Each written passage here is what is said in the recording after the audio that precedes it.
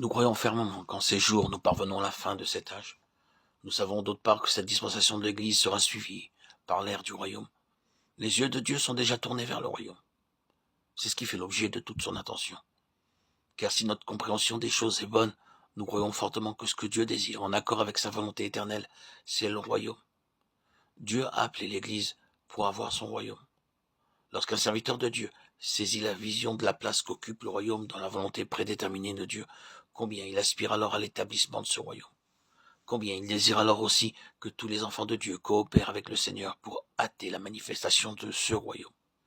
Le verset de la Bible qui sera sur le cœur de ce serviteur sera certainement celui de Matthieu 24, 14, qui déclare « Cette bonne nouvelle du royaume sera prêchée dans le monde entier pour servir de témoignage à toutes les nations.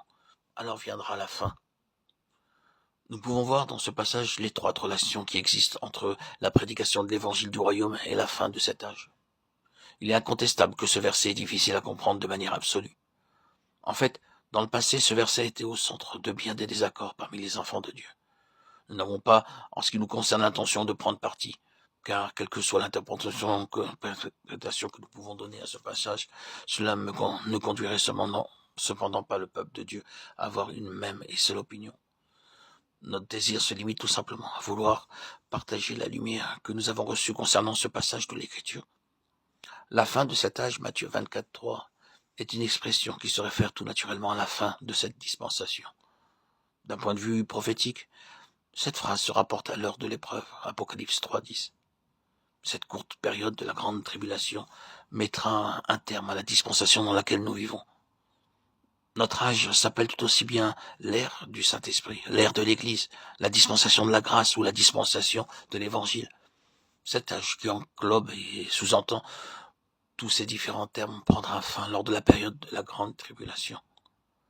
Maintenant, nous devons clairement reconnaître que l'Église a pour responsabilité de travailler avec Dieu pour introduire l'ère du royaume, comme ce passage de Matthieu 24, 14 le confirme. Sachons donc que le royaume de Dieu ne sera ouvertement manifesté qu'à la fin de cet âge. L'Église ne peut pas s'en désintéresser pour autant, car même s'il est vrai que l'Église sera gardée de l'heure de l'épreuve, l'œuvre qui lui a été confiée a une grande importance pour ce temps-là. Pour cette raison, le Seigneur Jésus nous dit dans Matthieu 24, 14 que l'évangile du royaume doit premièrement être annoncé, et alors viendra le royaume des cieux. Les prophéties du Seigneur s'accompliront entre la fin de cet âge et la manifestation du royaume des cieux. Il montre ce qui mettra un terme à la fin de cet âge et à l'introduction du royaume. En lisant ce passage de Matthieu, nous voyons que pour que cet âge prenne fin, les enfants de Dieu doivent être les témoins de l'évangile du nouveau royaume et annoncer précisément l'évangile. Dans la période qui précède la fin de cet âge, nous devons être les témoins vivants de l'évangile du royaume. Depuis quelques dizaines d'années, l'enseignement concernant le royaume paraît gagner du terrain. Le Seigneur a éveillé l'intérêt de ses enfants à l'égard du royaume de Dieu. C'est véritablement un signe encourageant.